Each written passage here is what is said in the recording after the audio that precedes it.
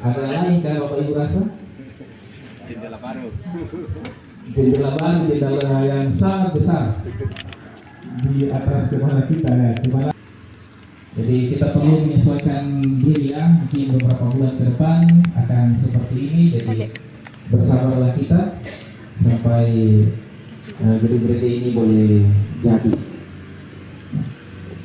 Bapak Ibu Saudara, dari pembacaan kita diberikan tema perisai iman. Perisai iman.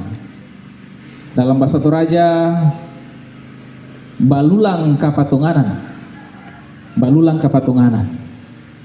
Bapak Ibu tahu perisai kan? Tahu ya? Perisai itu bukan nama penyedap makanan ya, tapi itu satu benda, alat untuk melindungi diri. Betul ya? Itu ada gambarnya di situ. Alat untuk melindungi diri dari serangan musuh, dari benda-benda tajam. Dan alat ini masih digunakan sampai sekarang Bapak Ibu? Apakah ada orang yang masih menggunakannya? Ya. Mungkin dalam bentuknya sekarang itu sudah modern ya. Perisainya itu sudah modern. Perisai itu sudah mungkin agak besar lagi dan ditempel di mobil perang. Tapi sudah tidak ada yang pakai manual seperti itu. Ya. Perisai yang seperti ini dipakai pada zaman dulu ya. Pada zaman peperangan antara kerajaan dengan kerajaan, antara kekaisaran dengan kekaisaran. Karena masih zaman kuno, masih orang pakai pedang, orang pakai tombak, dan kendaraannya masih pakai kuda. Ya. Kalau kita nonton film-film perang zaman dulu itu ya seru sekali. Dan salah satu alat yang mereka pergunakan ini adalah perisai. Perisai digunakan oleh para prajurit untuk berperang. Dan menarik saudara-saudara, Rasul Paulus juga dalam bacaan kita, dia menggunakan alat ini, kata ini. Dia menasihati kita untuk menggunakan alat-alat perang. Alat-alat perang tersebut termasuk dengan perisai. Tetapi apakah alat-alat perang yang disuruh kita gunakan itu adalah alat perang secara fisik? Tentu bukan ya. Alat perang secara rohani. Kita disuruh berperang bukan secara fisik, tetapi peperangan rohanilah yang kita hadapi. Peperangan spiritual yang kita alami. Karena dalam kenyataannya Bapak Ibu, setiap hari, setiap saat orang percaya itu mengalami peperangan.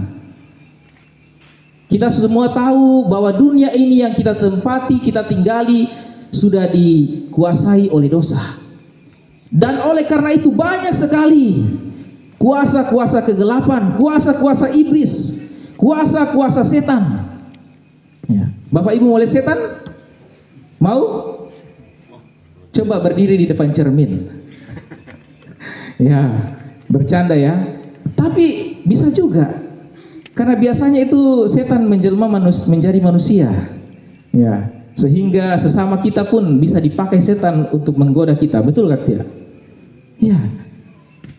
Nyata Rasul Paulus katakan yang kita lawan itu adalah pemerintah-pemerintah, kuasa-kuasa gelap, penguasa-penguasa yang ada di angkasa. Kita berperang bukan melawan darah dan daging, bukan melawan manusia, tetapi iblis, tipu muslihat iblis yang terus-menerus selalu mempengaruhi kita untuk melakukan kejahatan, melakukan hal-hal yang buruk. Biasanya kejahatan itu tersembunyi, terselubung. Awal-awalnya itu ya baik, tapi dia terus menggoda kita, sehingga kita tergiur dan kita melakukan kejahatan. Kita melakukan hal-hal yang tidak sesuai dengan keinginan Tuhan. Dia katakan, ya ambil saja, tidak apa-apa kok. Ya, kamu perlukan itu. Ambil saya, tidak ada yang lihat. Ya. Lalu kita mengambilnya. Dia katakan, iblis menggoda kita, "Tidak apa-apa, masuk saja di kamar. Tidak ada yang lihat, tutup pintu, tutup jendela. Tidak apa-apa kok. Pakai alat pengaman, tidak apa-apa." Dan banyak hal iblis bisa menggoda kita untuk melakukan hal-hal yang buruk. Ya.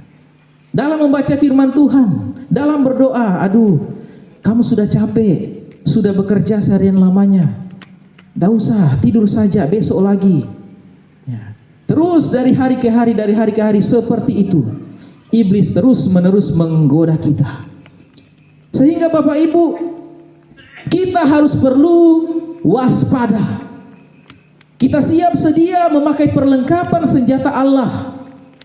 Kalau kita baca banyak ya, bukan perisai, bukan hanya perisai. Dikatakan bahwa kita berikat pinggangkan kebenaran. Kebenaran berdasarkan apa? Berdasarkan firman Tuhan yang kita baca. Kita dikatakan berbaju sirahkan keadilan. Baju sirah adalah baju perang ya. Baju perang yang dipakai oleh prajurit, itu biasa terbuat dari besi. Baju sirah keadilan. Keadilan yang kita pakai, keadilan seperti apa? Bukan keadilan dari manusia, tetapi keadilan Allah. Keadilan Allah. Lalu kemudian kita berkasutkan kerelaan. Kasut alas kaki. Alas kaki. Berkasutkan kerelaan untuk apa? Kerelaan untuk memberitakan Injil damai sejahtera. Kita rela, kita ikhlas, kita memberi diri untuk dipakai Tuhan memberitakan Injil damai sejahtera.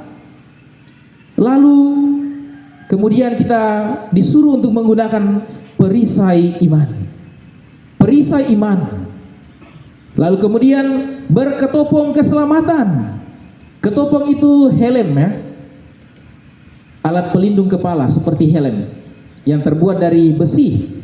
Berketopong keselamatan. Kemudian pedang firman Allah. Pedang firman Allah. Dan perlengkapan inilah yang kita gunakan. Lalu perlengkapan ini kita dapatkan dari mana Bapak Ibu? Perlengkapan ini kita dapatkan hanya daripada Allah. Hanya daripada Allah. Ketika saya dan Bapak Ibu punya hubungan yang baik, punya hubungan yang dekat, punya hubungan yang intim dengan Tuhan, dengan Allah. Jadi tidak bisa, kita tidak akan mendapatkan perlengkapan-perlengkapan ini kalau kita tidak punya hubungan yang dekat dengan Tuhan. Tuhan tidak akan kasih perlengkapan itu. Sehingga hubungan yang erat, hubungan yang dekat itu yang membuat kita punya perlengkapan-perlengkapan senjata Allah ini. Dan hubungan kita dengan Tuhan, hubungan kita dengan Allah itu kita bisa mulai dengan apa Bapak Ibu? Kalau Bapak Ibu mau memulai hubungan dengan seseorang, apa yang pertama-tama kita lakukan? Perkenalkan, nama saya ini. Kita berkenalan bukan? Dan dari situ ada apa? Ada namanya komunikasi. Komunikasi.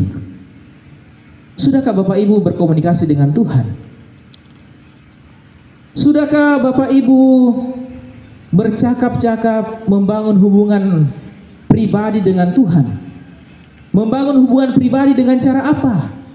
Tuhan menyediakan kita sarana dengan cara berdoa. Cara berkomunikasi kita dengan Tuhan adalah dengan berdoa. Dikatakan dalam segala doa, dalam segala hal kita berdoa. Kita menaikkan permohonan kita kepada Tuhan. Kita berdoa setiap waktu di dalam roh dan kebenaran.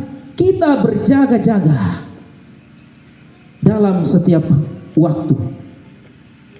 Pertanyaannya Bapak Ibu, sudahkah kita menjadikan doa itu sebagai gaya hidup kita?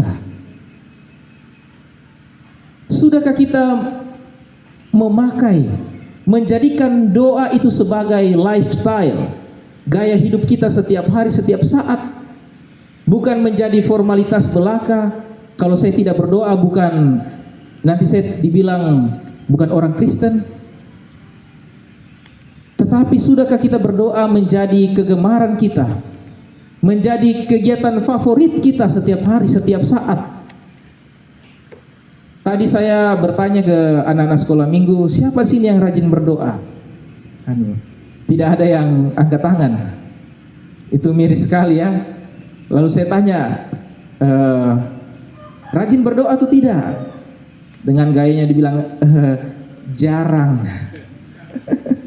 Jarang ya, jarang. Jadi itu menjadi PR bagi kita Bapak Ibu sebagai orang tua. Anak-anak saya jarang. Pertanyaannya apalagi orang tuanya. Jadi kita perlu menjadikan doa itu sebagai gaya hidup kita Bapak Ibu.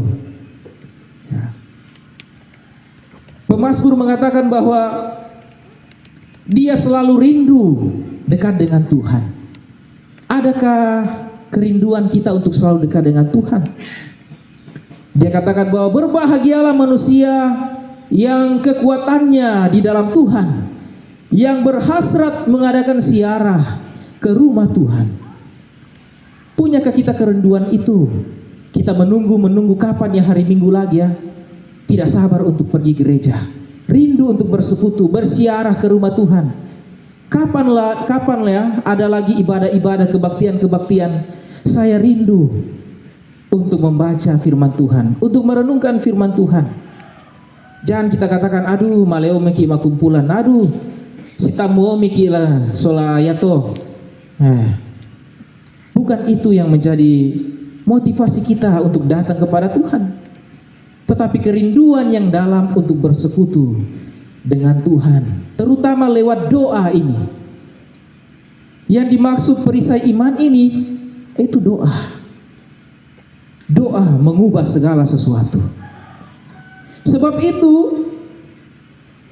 perlu ada rasa kebergantungan penuh pada Tuhan. Perlu ada rasa takut akan Tuhan. Kita harus punya rasa takut dalam diri kita, rasa takut akan Tuhan. Seperti Yosua pada ayat yang ke-14 dikatakan bahwa oleh sebab itu takutlah akan Tuhan dan beribadahlah kepadanya dengan tulus, ikhlas dan setia. Kita jauhkan berhala-berhala dalam diri kita. Mungkin bukan berhala-berhala dalam bentuk benda, tetapi sekarang itu berhala-berhalanya berhala-berhala modern. Berhala-berhala yang ya bisa juga kita katakan terlihat, karena ada orang yang memberhalakan harta bendanya. Tetapi ada berhala-berhala yang tidak terlihat. Berhala yang haus akan kehormatan. Berhala yang haus akan pujian. Berhala kesombongan diri kita. Berhala yang supaya mau kita diangkat-angkat, mau dipuji. Berhala supaya mau lebih daripada orang lain. Itulah berhala-berhala zaman sekarang. Kiranya itu semua dijauhkan daripada kita. Karena siapakah kita ini? Kita ini hanya manusia. Kita terbatas, kita lemah. Yang berkuasa hanyalah Tuhan. Saudara-saudara, ketika kita beriman itu, ketika kita tahu bahwa kita ini tidak bisa apa-apa, kita ini tidak punya apa-apa, dan kita bukan siapa-siapa, sehingga kita hanya bergantung penuh kepada Tuhan. Itulah sikap iman yang seharusnya ada pada diri kita setiap orang. Kita tahu kita bukan siapa-siapa, yang kita perlukan itu hanya Tuhan. Kita hanya bergantung kepada Tuhan, bukan kekuatan diri kita sendiri. Iman itu adalah bentuk hubungan atau relasi kita dengan Allah. Kita yang bukan siapa-siapa ini, yang sesungguhnya tidak layak untuk datang kepada Tuhan, lalu kemudian Tuhan mempersatukan kita kembali dengan Allah melalui anaknya Yesus Kristus. Itulah sesuatu yang indah yang Tuhan sudah kerjakan pada kita. Kita yang tidak layak dipersatukan kembali dengan Allah. Sekiranya Bapak Ibu, kita jauhkan semuanya itu daripada diri kita, dan kita berkomitmen untuk setia menyembah hanya kepada Tuhan, bukan meninggikan diri, menyembah memuliakan Yesus Kristus, karena Dia mau kehidupan kita itu menjadi utuh di dalam Dia. Sehingga kita hanya punya dua pilihan Bapak Ibu. Kalau kita menyembah, kita berserah hanya kepada Tuhan, pastinya kita akan mendapatkan kehidupan. Tetapi kalau kita menolak, kita tidak mau menyembah, kita tidak mau datang kepada Dia, konsekuensinya yaitu mendapatkan kematian. Hidup kita akan menjadi hancur. Sehingga sekiranya kita tidak salah untuk memilih dari keduanya itu. Rasul Petrus dalam pengakuannya tadi, dia memberikan kita kesaksian bahwa perkataan Kristus adalah perkataan yang memberi jaminan hidup kekal, dan bahwa Yesus Kristus itu adalah yang kudus, yang datang daripada Allah. Kita ini orang yang mana? Orang-orang yang menolak Kristus atau tetap bertahan untuk setia kepada Dia? Dikatakan banyak murid-murid yang pergi meninggalkan Dia, tetapi hanya sebagian, hanya sedikit yang bertahan untuk mengikut Kristus. Kita orang-orang yang mana Bapak Ibu? Yang kemudian meninggalkan Tuhan atau tetap setia untuk mengikut Kristus? Sehingga Bapak Ibu, jangan lagi kita hidup seenaknya. Cintailah Tuhan dengan taat pada kehendak-Nya.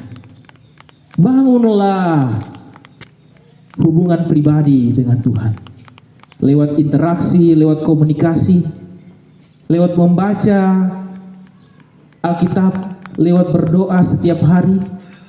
Baca kitab suci, doa tiap hari, kalau mau tumbuh. Itu kuncinya. Lagu sekolah minggu menjawab itu. Dan hiduplah dalam iman, sehingga kita tetap menang menghadapi gempuran cobaan dunia ini. Amin. Mari kita